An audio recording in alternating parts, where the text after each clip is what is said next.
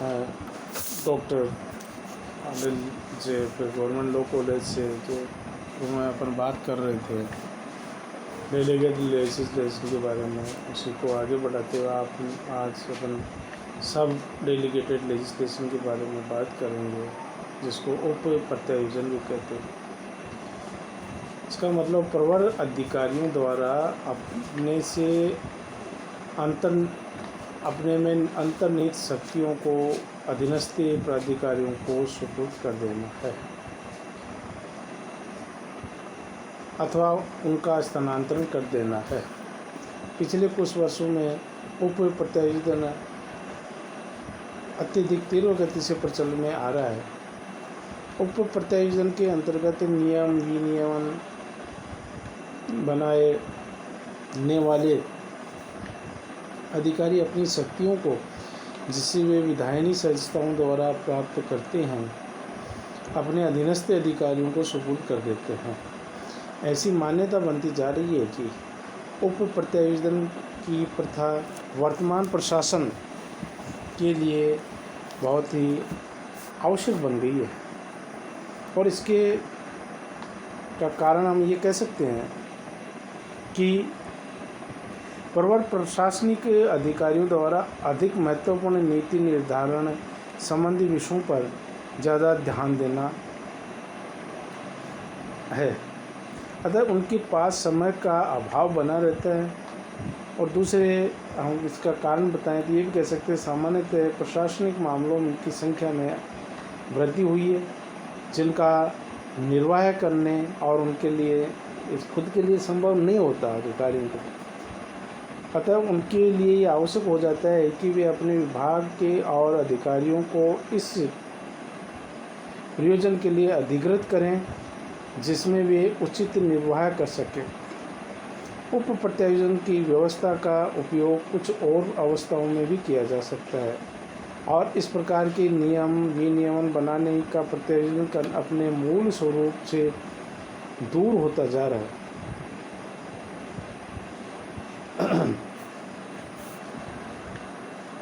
उदाहरण के रूप में देखें तो भारत में जैसे प्रतिरक्षा अधिनियम 1939 की धारा 2 के अंतर्गत गवर्नर को भी नियम बनाने की शक्ति प्रदान की गई है।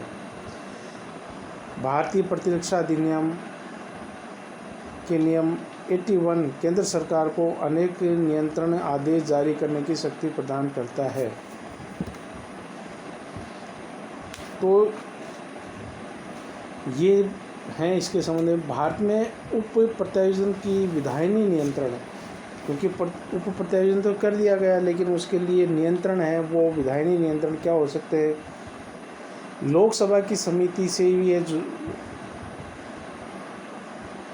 के बारे में ये भी सुझाव दिया गया है कि उप प्रत्यायोजन को व्यापक भाषा में प्रस्तुत नहीं किया जाना चाहिए। समिति ने यह भी सुझाव दिया कि उप प्रत्यायोजन उस स्थिति में स्वीकृत नहीं किया जाना चाहिए जहां पितृ अधिनियम में उप प्रत्यायोजन संबंधी कोई संकेत नहीं दिया गया।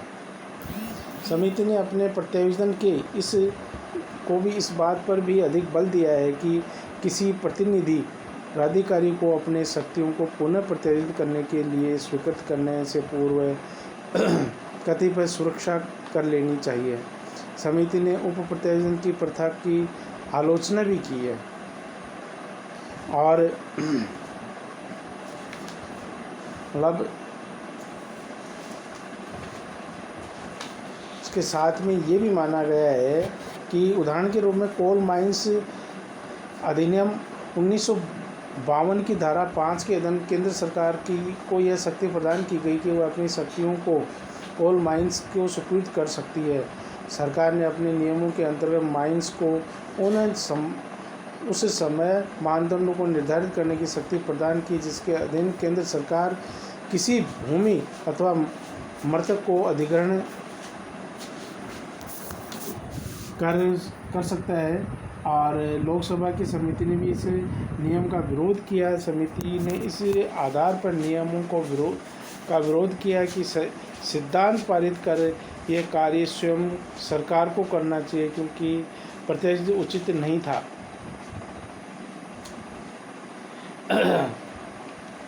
और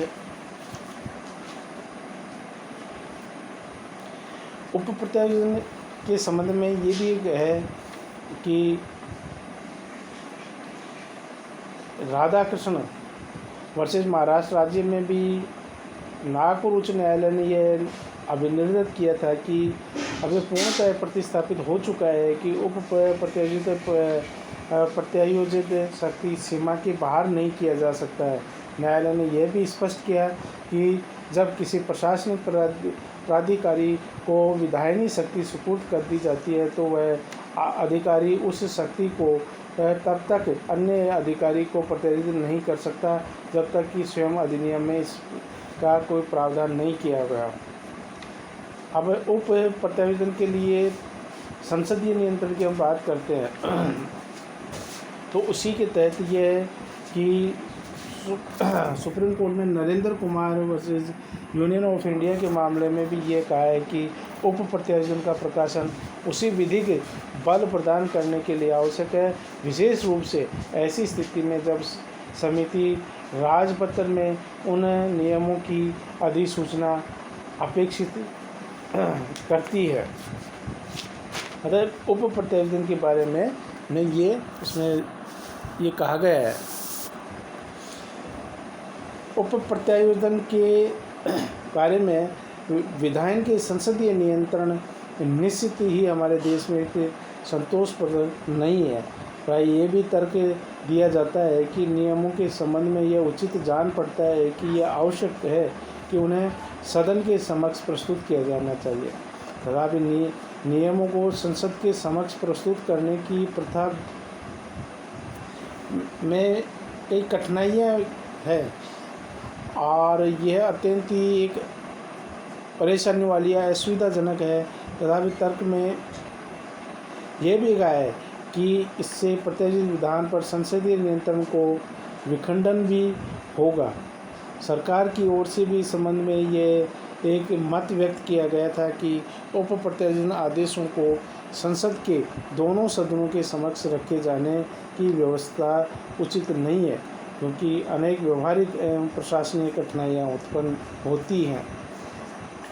उप प्रत्यायोजन के तरीके भारत में कई प्रकार से प्रयुक्त हुए हैं, जिन्हें भारत प्रतिरक्षा अधिनियम 1962, भारत प्रतिरक्षा नियम और आवश्यक वस्तु अधिनियम 1955 तथा अन्य अधिनियमों में भी अंतर्निष्ठ किया गया है। उप प्रत्यायोजन की जो व्यवस्था प्रचलित है उसके समर्थन में यह भी कहा गया है कि यह प्रत्यायोजित विधान का ही अनुषंगी है। अतः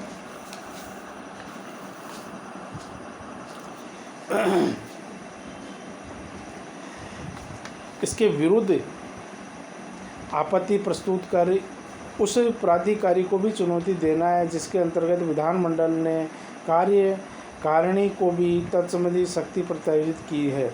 इस संबंध में यह भी कहना उचित जान पड़ता है कि यदि न्यायालयों ने इस बात को भी स्वीकार कर लिया है कि संविधान निर्माण की शक्ति प्रत्यायोजित को अंतर्निहित करती है, तो उसी प्रकार से भी यह तर्क भी दिया जा सकता है कि प्रत्यायोजन की शक्ति उप प्रत्यायोजन को स्वतः ही अपने में समाहित करती है। अतः यह पूर्णतया असंगतिपूर्ण माना जाएगा कि अब हम उप प्रत्यायोजन की व्यवस्था को इस आधार पर विधिमान्य घोषित न करें कि प्रत्यायोजित शक्ति का आगे प्रत्यायोजन नहीं किया जा सकता। ऐसा उप प्रत्यायोजन के बारे में राय व्यक्त की गई है। तो अपन अभी डेलीगेटेड लेजिस्लेशन के बारे में कई प्रावधान देखें और इस पर किस प्रकार से नियंत्रण रखा जा सकता है, और नियंत्रण में भी हमने तीनों को देख लिया है कि प्रक्रियात्मक नियंत्रण कैसे होंगे, संसदीय नियंत्रण क्या तरीका है, और तीसरा है जो जुडिशियल कंट्रोल की बात है वो भी हमने देखी है, और डेलीगेटेड लेजिस्लेशन में सब डेलीगेटेड के बारे में भी हमने बात की है।